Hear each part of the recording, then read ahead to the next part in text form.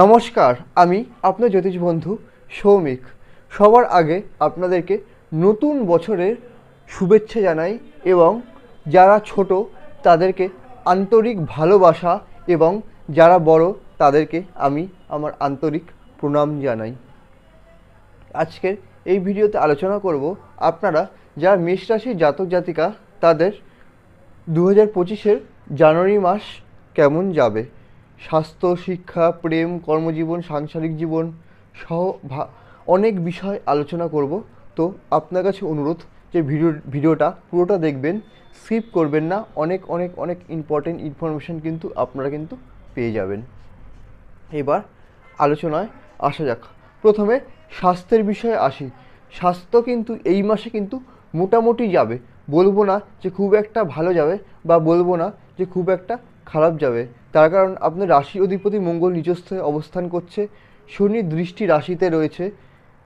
এই দুটো কিন্তু খুব একটা কিন্তু শুভ নয়।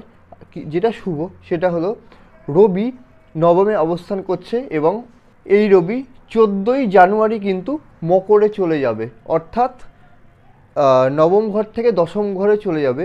যদিও মকর রবির শত্রু ঘর, তাও এই অবস্থানটা কিন্তু কিছুটা হলেও কিন্তু বেটার, বলবো না রবির এই অবস্থানটা খুব খারাপ। তাই স্বাস্থ্য মোটামুটি যাবে। কি হতে পারে? মাথা ব্যথা হতে পারে, দেখবেন সেটা যাতে না হয়। মাথা গরম হওয়ার কিন্তু একটা কিন্তু টেন্ডেন্সি থাকতে পারে, ধরুন চট করে মাথা গরম হয়ে গেল, সেটা কিন্তু থাকতে পারে। তো এই জিনিসগুলো দেখবেন যাতে না হয়। পরে সামান্য ইমিডিয়েট সমস্যা আসার কিন্তু সম্ভাবনা আছে, অর্থাৎ জ্বর, সর্দি, কাশি এই ধরনের সমস্যাগুলো আসার কিন্তু সম্ভাবনা আছে। সেটা দেখবেন সেটা যাতে না আসে। এরপরে যে বিষয়টি নিয়ে আলোচনা করব, যারা প্রাথমিক বিদ্যা গ্রহণ করছেন, প্রাথমিক বিদ্যার যোগ কিন্তু বলবো না যে খুব একটা ভালো, বলবো মোটামুটি প্রাথমিক বিদ্যার যোগ। তার কারণ মঙ্গল নিজস্ব অবস্থান করছে, এটা কিন্তু খুব একটা কিন্তু শুভ কিন্তু নয় প্রাথমিক বিদ্যার ক্ষেত্রে। যারা উচ্চ বিদ্যা গ্রহণ করছেন, উচ্চ বিদ্যার ঘরের মালিক, উচ্চ বিদ্যার যোগটা কিন্তু প্রাথমিক বিদ্যার ক্ষেত্রে কিন্তু শুভ। উচ্চ বিদ্যা বলতে আমি বোঝাতে চাইছি যারা বিকম নিয়ে পড়াশুনো করছেন, যারা বিকম ধরুন, এমকম বা ধরুন যারা ইঞ্জিনিয়ারিং নিয়ে পড়াশুনো করছেন, তাদের সময়টা কিন্তু বেশ শুভ। এরপরে যে বিষয় নিয়ে আলোচনা করব সেটা হলো যারা প্রেম করছেন, প্রেমের ক্ষেত্রে কিন্তু এই জানুয়ারি মাসটা কিন্তু বলবো না খুব একটা শুভ, বিশেষ করে সেকেন্ড হাফে। তার কারণ মঙ্গল 4th হাউসে আসবে, 10th হাউসে রবি চলে যাবে, মঙ্গল রবিকে দেখবে, রবি মঙ্গলকে দেখবে। এটা কিন্তু খুব একটা কিন্তু প্রেমের ক্ষেত্রে কিন্তু শুভ নয় সেকেন্ড হাফে। তাই দেখবেন মাথা ঠান্ডা রাখার চেষ্টা করবেন। এবার আসি সাংসারিক জীবনের ক্ষেত্রে। সাংসারিক জীবনের অধিপতি শুক্র 11th হাউসে অবস্থান করছে শনির সাথে, যেটা কিন্তু বেশ শুভ। তাই সাংসারিক জীবনের ক্ষেত্রে তেমন আমি কিন্তু একটা কিন্তু প্রবলেম দেখতে পাচ্ছি না। ধরুন আগে হতেই পারে যে আগে কোনো সমস্যা ছিল, কিন্তু সেই সমস্যাটাই জানুয়ারি মাসে এসে মিটে গেল। তাই সাংসারিক জীবনের ক্ষেত্রে কিন্তু এই মেষ রাশি কিন্তু বেশ ভালো ফল কিন্তু এই মাসে কিন্তু পেতেই পারে। এরপরে যে বিষয়টি নিয়ে আলোচনা করব, কর্মজীবন। কর্মজীবনের যোগটা কিন্তু এই মাসে কিন্তু শুভ। কর্মজীবনের ক্ষেত্রে তেমন একটা কিন্তু অশুভ যোগ কিন্তু দেখতে পাচ্ছি না। যারা চাকরি করছে তাদের ক্ষেত্রে বলছি দেখতে পাচ্ছি না অশুভ কিছু, বা যারা ব্যবসা করছে ব্যবসার সময়টাও কিন্তু বেশ শুভ। 28শে জানুয়ারি অবধি কিন্তু ব্যবসার সময়টা কিন্তু বেশ শুভ।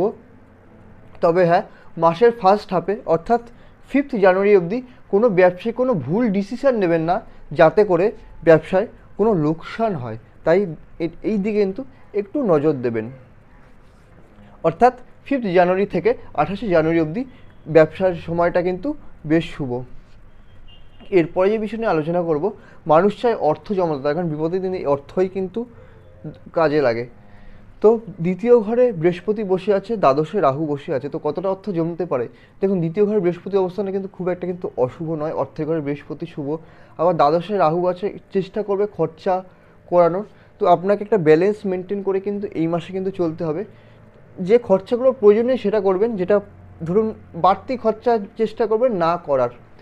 দ্বাদশে রাহু বসে আছে, জন্মছক যদি সাপোর্ট করে তাহলে কিন্তু বিদেশ যাত্রার কিন্তু একটা সম্ভাবনা আছে। দ্বাদশে রাহু কিন্তু বিদেশ যাত্রা করায়, তাই বিদেশ যাত্রার কিন্তু একটা সম্ভাবনা আছে। কি করতে হবে? জন্মছক কিন্তু সাপোর্ট দিতে হবে।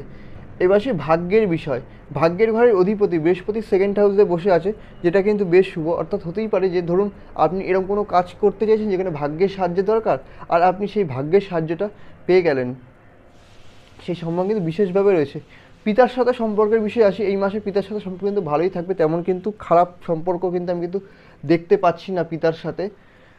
তো ভিডিওটা কেমন লাগলো জানান, ভালো লাগে চ্যানেলটা সাবস্ক্রাইব করুন, ভিডিওটা লাইক করুন এবং শেয়ার করুন। আরেকটা বিষয় বলি, জন্মছক ভেদে ফলের পার্থক্য কিন্তু ঘটতেই পারে, তার কারণ সবার জন্মছক তার তো সমান হয় না।